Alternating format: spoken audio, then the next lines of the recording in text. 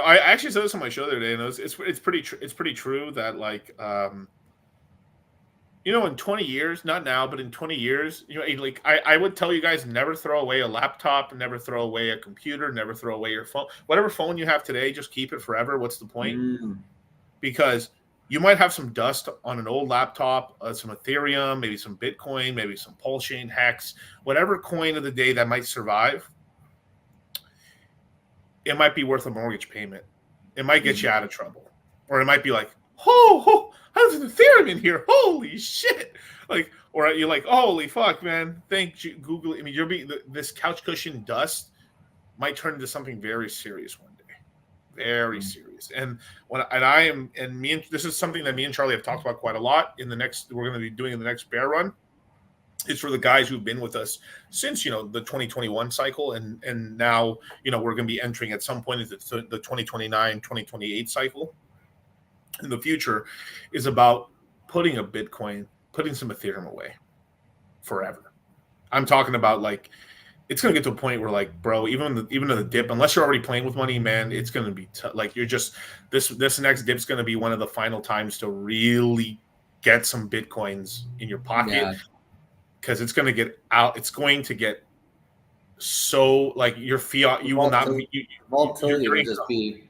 Yeah, the volatility will just be like closer to what you see in like traditional markets a little bit more, especially with like Bitcoin, right? So like we have the next cycle could be anywhere between like a 65 to 75% drop from top to bottom, right? The one after that, which would be in let's say 2031, that might be maybe a drop of 45 to 55% on Bitcoin or something like that. So like the volatility to the downside in each bear market just gets less and less and less. And that's always something to, like good to have the mains. Right. So if I were to pull back here, right, like this is Ethereum's price chart right here, right?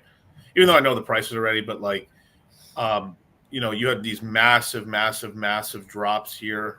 And December, February, and I don't know, I can't pull it out here, but basically in February it actually did drop to like $80-$70 for Ethereum and stuff. But you're talking about $80, $70 Ethereum in this range, and let's just say even if I round it to 100, right, and then we get to the current low of the $800 low, the local low that we had over here, right, for this recent cycle, you're talking about low to low. You're talking about roughly a 10x to like an 8x increase from low to low.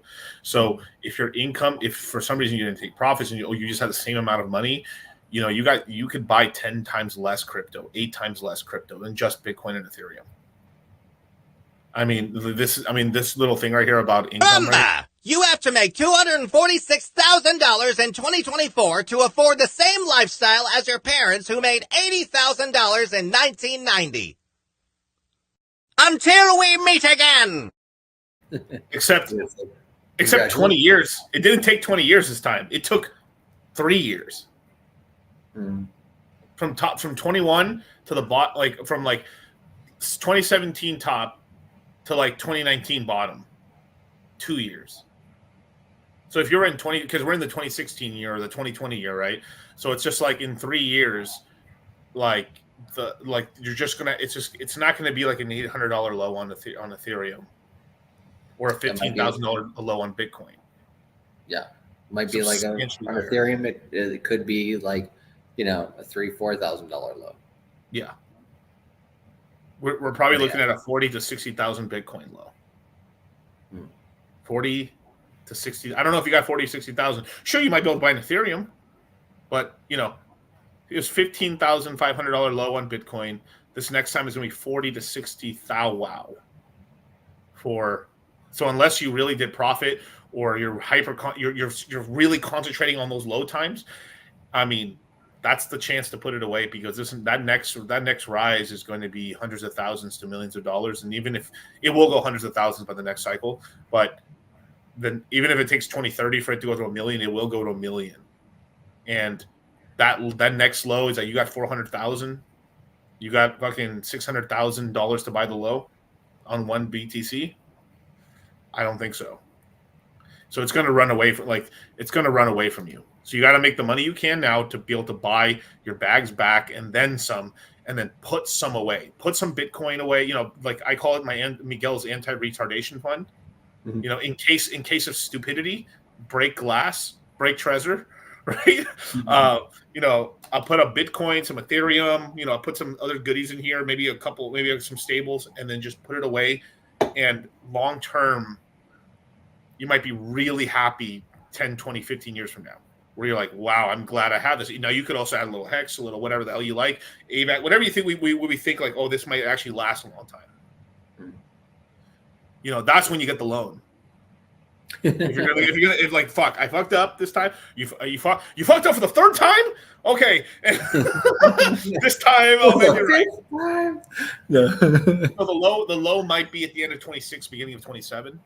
Guesstimation here on Ethereum and Bitcoin. So that's when you, if you are, I mean, we're not saying get loans, it's not financial advice, but that's when you go hard in the paint.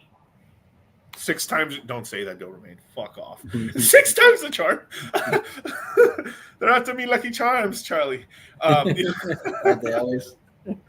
But that's when you do the big ape and put a Bitcoin away, make the multiples. You know, I really believe if we didn't have the lawsuit, I really believe like Richard Hart probably would have bought the lows there. I think there was just lawsuit stuff that just money couldn't be moved.